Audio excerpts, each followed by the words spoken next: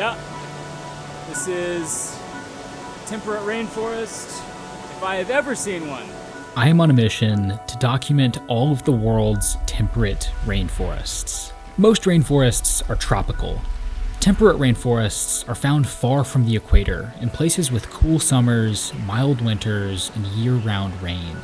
Covering less than 1% of the Earth's land, they are one of our rarest ecosystems, and one of our most beautiful. My love for these places began in my backyard, the Appalachian rainforest. It's since taken me across the country to the Pacific coast and the Northern Rockies, and across the world to New Zealand, Japan, and the Scottish Highlands. And now, it's brought me here. Although it once covered much of the country, the Irish Atlantic Rainforest is now confined to the tiniest of fragments. I want to show you why this rainforest has become so rare, and why it's continuing to disappear today. It's a story I can tell you because Ireland's past is remarkably well preserved as subfossils in peat bogs or stone monuments across the landscape. But some mysteries remain. Inexplicable gaps or inconsistencies in the record, leaving some of the biggest questions unanswered. This was honestly the hardest rainforest to capture so far because it's just so rare. Traveling across Ireland, it feels almost invisible. But once you step inside, it's unmistakable.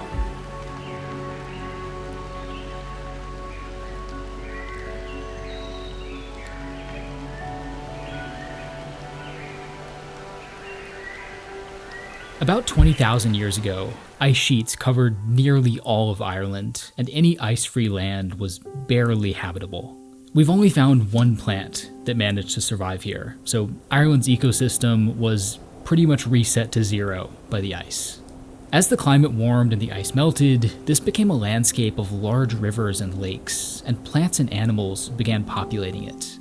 Bears, wolves, Arctic foxes, Arctic hares, Arctic lemmings, stoats, red deer, caribou. The strangest was the giant Irish deer, with antlers up to 13 feet wide, the largest ever recorded. Early Ireland was environmentally hectic, with climate fluctuations reorganizing the ecosystem and killing off species. By 12,000 years ago, red deer, caribou, and great Irish deer were gone. The first tree to arrive was birch, but it was quickly shaded out by hazel, which was then shaded out by Scots pine, elm, and oak. Eventually, Scots pine died off. Forests grew on the edges of lakes, gradually forming swamps. Dead plants fell into the water, but due to a lack of oxygen within the lakes, they didn't decompose, instead accumulating in layers on the bottom. Eventually, the lakes were completely filled in, forming peat bogs. Because of the lack of oxygen, anything that falls into a bog as it's forming is preserved. Ireland's peat bogs preserve an environmental record stretching back as far as 14,000 years. They contain layers of pollen from the plants and trees that grew near them, fossils from Ireland's oldest animals, tools used by early human settlers, and ash from volcanic eruptions. Peat bogs provide critical habitat for Ireland's birds, insects, and amphibians, and for its rarest mosses, some of which have only been identified once. And peat stores more carbon than any other land ecosystem. It is indispensable for Ireland and for the entire world. The floor is lava in Ireland. This is brutal. I just fell like thigh deep into a little bog on the edge of this lake.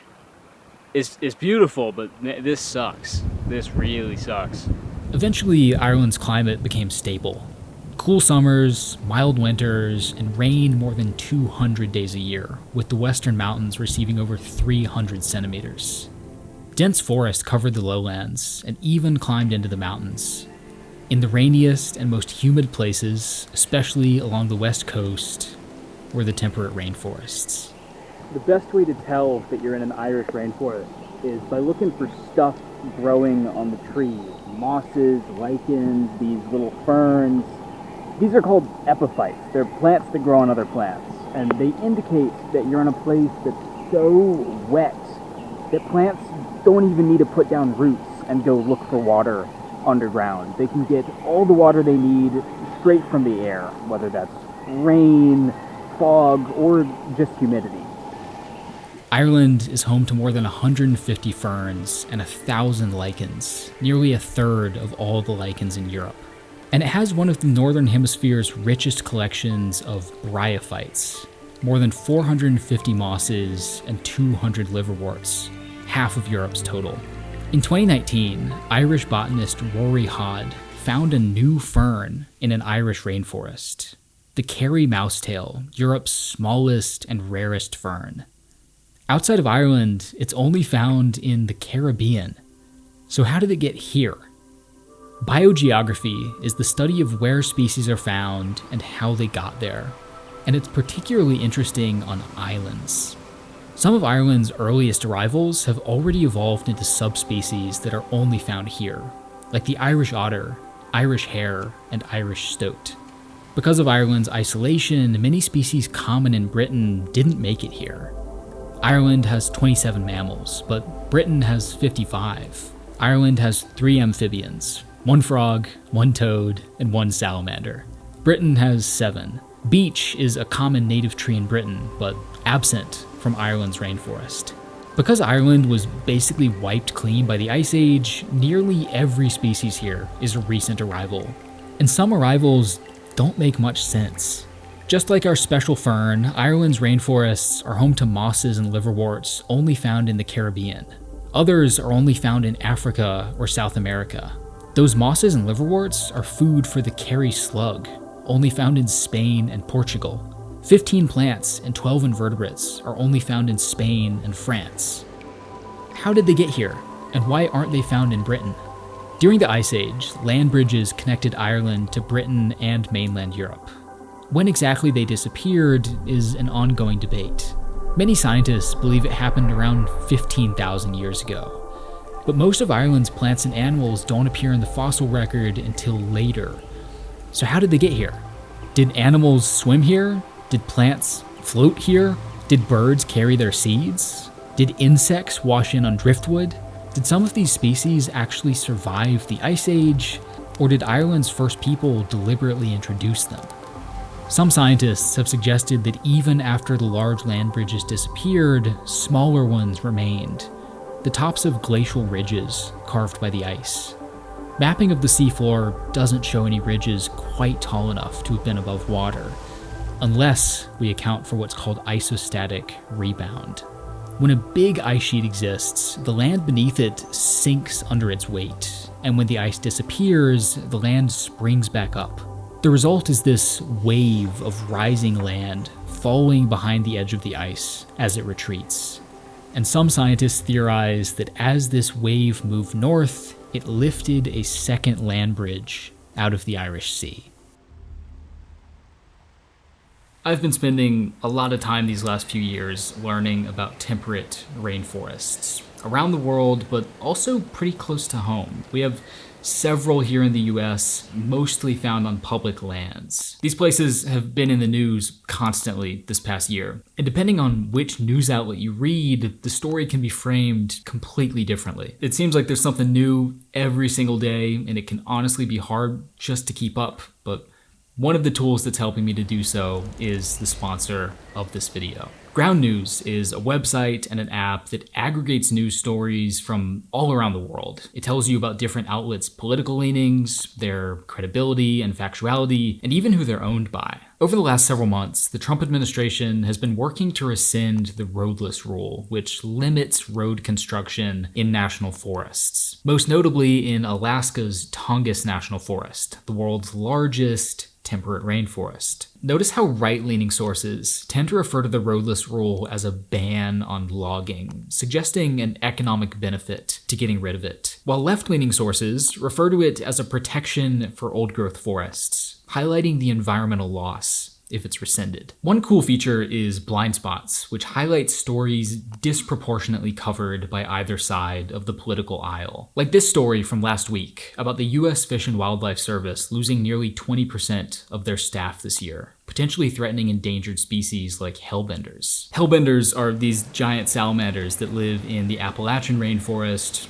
right in my backyard, and I'm working on a video about them right now. So this story is actually very directly relevant to that project and to my home. And this story just hasn't been covered by right-leaning sources. Right now, Ground News is offering 40% off of their Vantage plan. That's all the tools we just talked about for just $5 a month. So the link is ground.news/Aidin, or you can just click the QR code on screen. Thank you again to Ground News for making this trip and this video possible, and just helping me to stay informed. Humans probably started visiting Ireland over 12,000 years ago, and began living here permanently around 10,000 years ago. They appear to have brought some animals with them for food or fur: wild boar, red deer, pine marten, badger, and red fox. And some accidentally: the wood mouse and the tiny pygmy shrew. They cleared small sections of forest to set up camps and used wood to make homes and tools.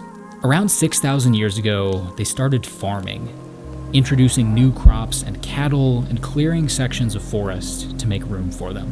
Soils were depleted of nutrients and became waterlogged, preventing trees from regrowing. Ireland's first farmers built stone monuments all across the island, but especially in the rainy, forested mountains of the southwest.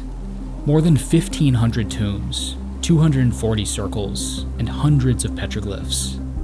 Some mark geographical features or track movements of the sun and moon, but the function of most remains a mystery. During the Iron Age, farmers began making metal tools and clearing forests faster. Large tribal hubs emerged, with an economy based largely on cattle. The peat bogs are full of stuff from the Iron Age: wood and charcoal where forests were logged and burned, crates of bog butter, and people preserved for over 2,000 years. In 1984, archaeologists excavated a road in Corlea Bog, about a kilometer long, built more than 2,000 years ago using hundreds of oak and birch trees. The largest prehistoric road in Europe. Roads like this were common, but most were much smaller. Farmers lived near the edges of bogs or on islands of dry land within them, and built floating wooden paths linking villages together. Eventually, the paths sank into the peat and became preserved. By the end of the Iron Age, most of the lowland forests had been cleared, but large forests still survived on the more mountainous north and west coasts.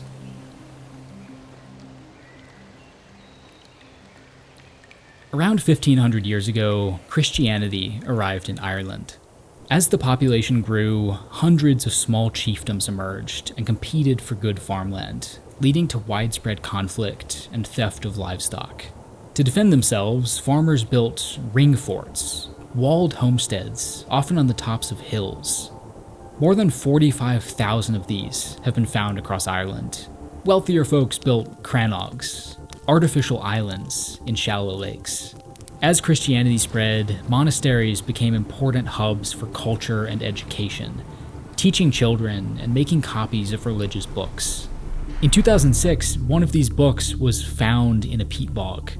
It was written more than 1,000 years ago, but was preserved so well that many of its pages could still be translated. Monasteries also became important hubs for agriculture, taking the first steps towards larger commercial farming. In the 1100s, Anglo-Norman warlords invaded Ireland from Wales, quickly conquering most of the island and populating it with Welsh and English farmers. They built castles and decorated their grounds with imported trees: beech, sycamore, and chestnut. They imported fallow deer and European rabbits for sport. They introduced hedgehogs, and they pushed commercial agriculture, farming larger fields, exporting crops, and clearing vast areas of forest to make room. By the time Norman control had faded in the 1400s, forests covered about 12% of the island.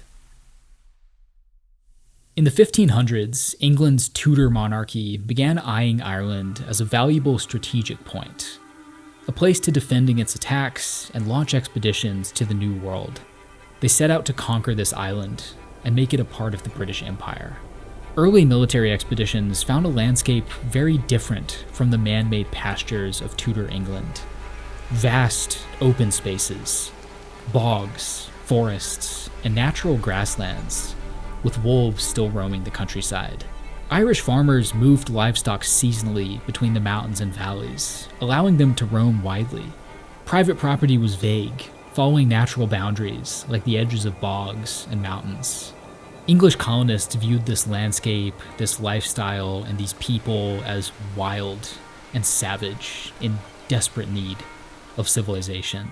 They began drawing lines across this landscape, legal boundaries, walls, and fences.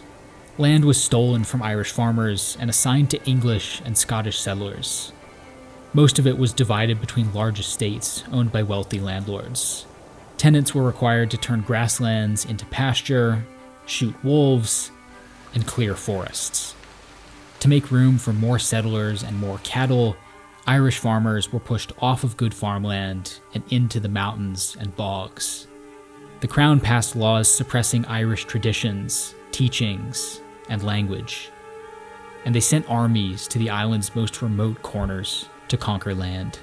As war and famine tanked the population, the last forests became a refuge for Irish farmers and soldiers, places to hide or ambush English armies, so they were cleared.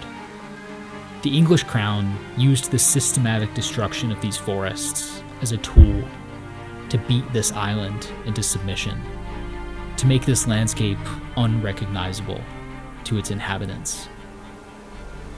Today, native forests cover less than 1% of Ireland, surviving in tiny fragments, in remote mountains, sheltered valleys, and on islands and lakes.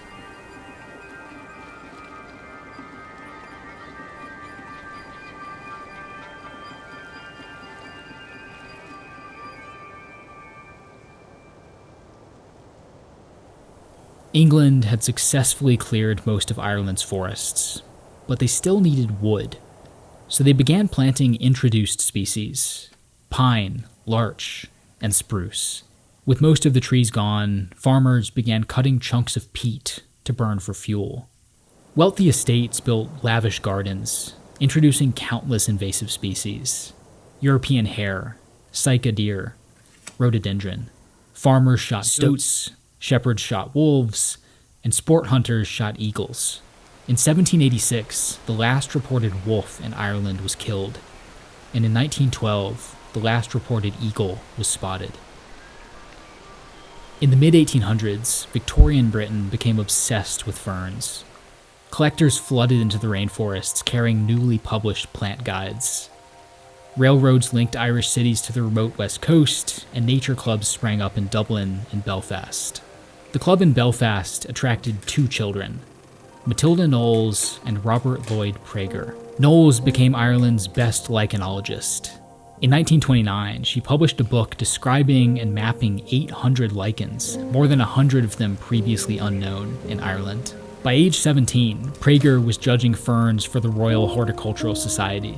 A few years later, he published a book about the ferns of Northern Ireland. He then spent 5 years walking 5,000 miles across the island, surveying the distribution of all of its plants. He studied past changes in climate and sea level, bones from Ice Age species. He was among the first to drill into peat bogs and study the artifacts preserved within them. He became fascinated by island biogeography and brought more than 300 scientists to survey a large island off the west coast, including Knowles. They found nearly 9,000 species, more than 100 of them completely new to science. Prager published 24 books and more than 800 articles, and founded the Irish Naturalist Journal. His career coincided with a growing push for Irish independence, culminating in war with Britain and creation of the Irish Free State in 1921. Prager spoke to a newly independent Ireland about the island's unique environment. He drew a line connecting people to place. These mountains, bogs, and forests weren't just beautiful. They were Irish.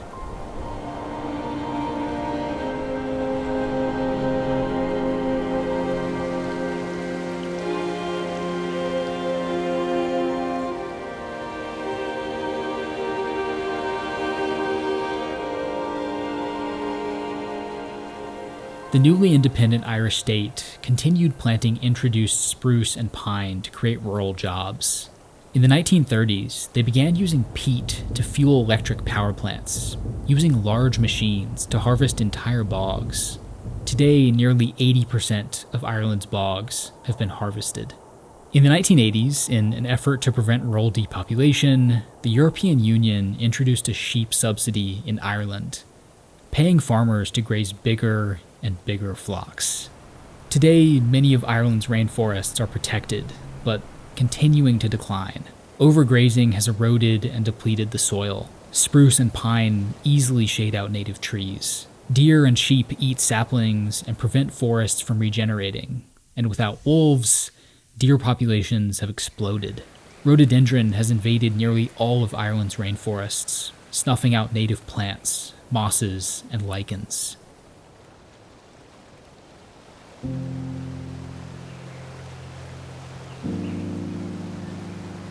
The largest remaining stands of rainforest are in Killarney National Park. The park is a UNESCO Biosphere Reserve, protecting key habitats for most of Ireland's animals and many of its rarest plants. Some species are found nowhere else in the country. Conservationists have installed fences to keep sheep and deer out of the park's forests and work to control rhododendron. In 2007, they began reintroducing eagles, the first reintroduction of a large predator. Perhaps it can pave the way for the reintroduction of Ireland's most important predators. In 2021, Ireland officially stopped harvesting peat. Some previously harvested bogs have been flooded and turned into new wetlands, becoming important refuges for Ireland's birds. But one of Ireland's most important habitats is hiding in plain sight. The country is divided by over 800,000 kilometers of hedgerows. It's possible that some of these were first planted thousands of years ago and have been growing since. Old-growth hedgerows, what a concept. They provide habitat for birds, bats, bees, mice, foxes, badgers, the tiny pygmy shrew, and the Irish stoat. Without forests, hedgerows have become critical wildlife corridors for species that need trees, helping them to move around the island and preventing them from becoming as fragmented as the forests themselves.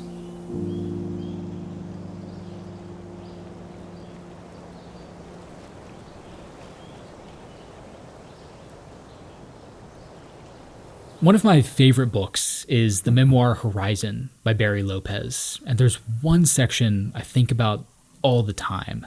To quote directly, he discusses the unsettling idea that even undisturbed ecosystems exist in a constant state of change, that today's so-called natural landscape is not yesterday's.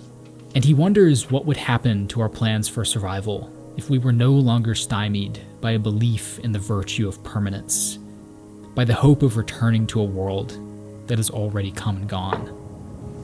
Making this type of video, I can't help but sometimes ask, am I doing this? Am I dwelling on a past landscape rather than looking ahead? Drawing a line between the natural environment and the human environment is impossible. That's true almost anywhere, but especially in Ireland, where it's tricky to work out what even counts as a native species. I mean, the Irish stoat certainly does. It's been here longer than humans and evolved in isolation. But what about the animals brought here by Ireland's earliest people? The overwhelming consensus is yes, these are now native. But what about the rabbits and hedgehogs brought by the Normans? What about red deer and Scots pine, which colonized Ireland naturally, went extinct naturally, and were later reintroduced by people. Even if we did attempt to rebuild a natural Irish landscape, when did that last exist? Was it before the English plantations? Was it before the Normans? Or was it before humans? Is the natural Irish forest cover 12% or 80%? This is an area of ongoing research and an interesting thought experiment. But I don't think it matters that much for conservation. Environmentalism isn't about looking to the past and trying to rebuild it piece by piece. And it isn't about drawing a line between ourselves and nature. It's about looking ahead, helping the ecosystem to function on its own and grow into something that best serves the environment and its inhabitants. I don't know where to draw the line on what is truly Irish. I don't know if sheep, rhododendron, and spruce make the cut. But I know that if we don't control them, this rainforest will disappear. And I know that something truly Irish will disappear with it.